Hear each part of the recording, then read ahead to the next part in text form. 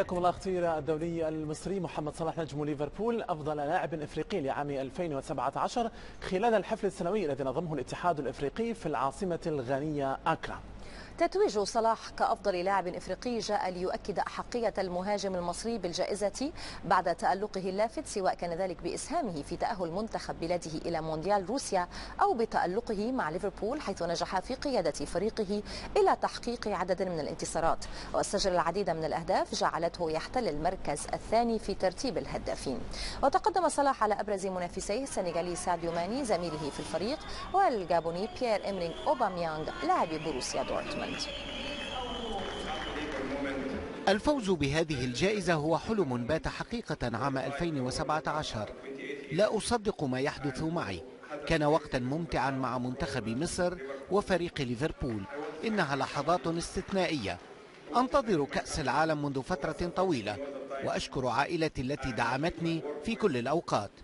ما يحدث حاليا بالنسبة لي أمر رائع، وأشعر بلحظة خاصة لي ولعائلتي، وأريد تخصيص هذه الجائزة لجميع الأطفال في إفريقيا وفي مصر. المصري محمد صلاح كتب اسمه في عالم كرة القدم بأحرف سميكة، بقي مستواه ثابتا في كل الأندية التي لعب لها. صلاح كذلك كان الرقم الصعب في معادلة تأهل المنتخب المصري إلى نهايات كأس العالم بروسيا.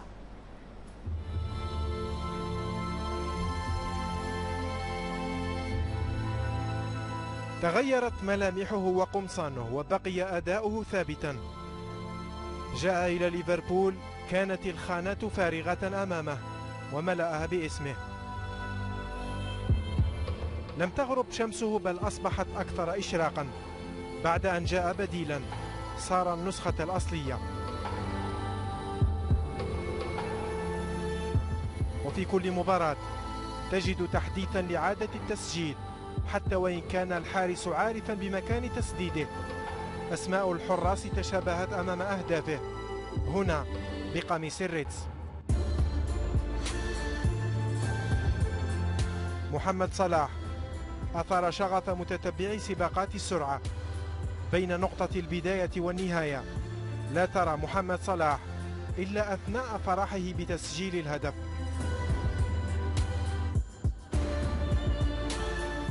على بساطة ما يفعله تجد فيه الخط المستقيم، الدائرة والخط المنحني.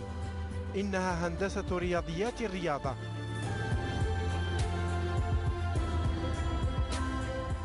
صلاح في كرة القدم لا يوقف إلا باليد. الفرعون الصغير قال إنه يضع نفسه تحت الضغط بحب المخاطرة. محمد صلاح منح لجميع مدربيه معنى وحيدا للفرح.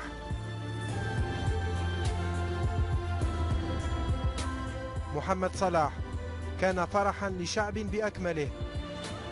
حمل على أكتافه مهمة العودة إلى كأس العالم وطرق بابها بأقدامه. فتح التألق أذرعه لمحمد صلاح. حيثما نظرت من الشباك أو أمام الشباك هناك صلاح. يعني فعلا استحق محمد صلاح هذه الجائزة بكل جدارة. إسلام كان السبب طبعا هو الرئيسي في تأهل بلاده مصر إلى مونديال روسيا 2018. تصدر لائحة هدافي الدوري الإنجليزي الممتاز لفترة طويلة وما زال ينافس هاري كين على هذه الصدارة. حاليا أفضل موسم له حاليا هو مع ليفربول، ومن المنتظر من صلاح أن يعني يتألق أكثر في مونديال روسيا 2018 مثل ما يفعل مع ليفربول. نعم، وبالتأكيد هذه الجائزة جاءت تتويج لجهود صلاح، ربما الفردية، الجهود الجماعية مع فريق ليفربول أو حتى مع المنتخب المصري، لكن الأهم بالنسبة لصلاح بعد هذه الجائزة أن يواصل على نفس النسق، سواء مع ليفربول بتسجيل الأهداف أو صناعة الفرص، أو حتى كذلك مع الاستحقاق الأهم في كأس العالم مع منتخب المصر، حيث أن المصريين كلهم الآن يعولون على صلاح. عندما تتحدث عن منتخب مصر تقول محمد صلاح هو الذي يحمل مشعل الكرة المصرية في نهاية كأس العالم بعد غياب طويل، إضافة إلى ليفربول. المسؤوليات الآن متعددة على صلاح. هذه الجائزة ستعطيه دافع أكبر لتقديم ما هو أحسن في قادم المواعيد. بكل تأكيد أتمنى التوفيق لهذا اللاعب المصري الكبير بكل تأكيد، الذي طبعا يثبت بأنه من أفضل المحترفين ربما في القارة الأوروبية بعد المستويات العظيمة التي يقدمها مع فريقه ليفربول. نعم.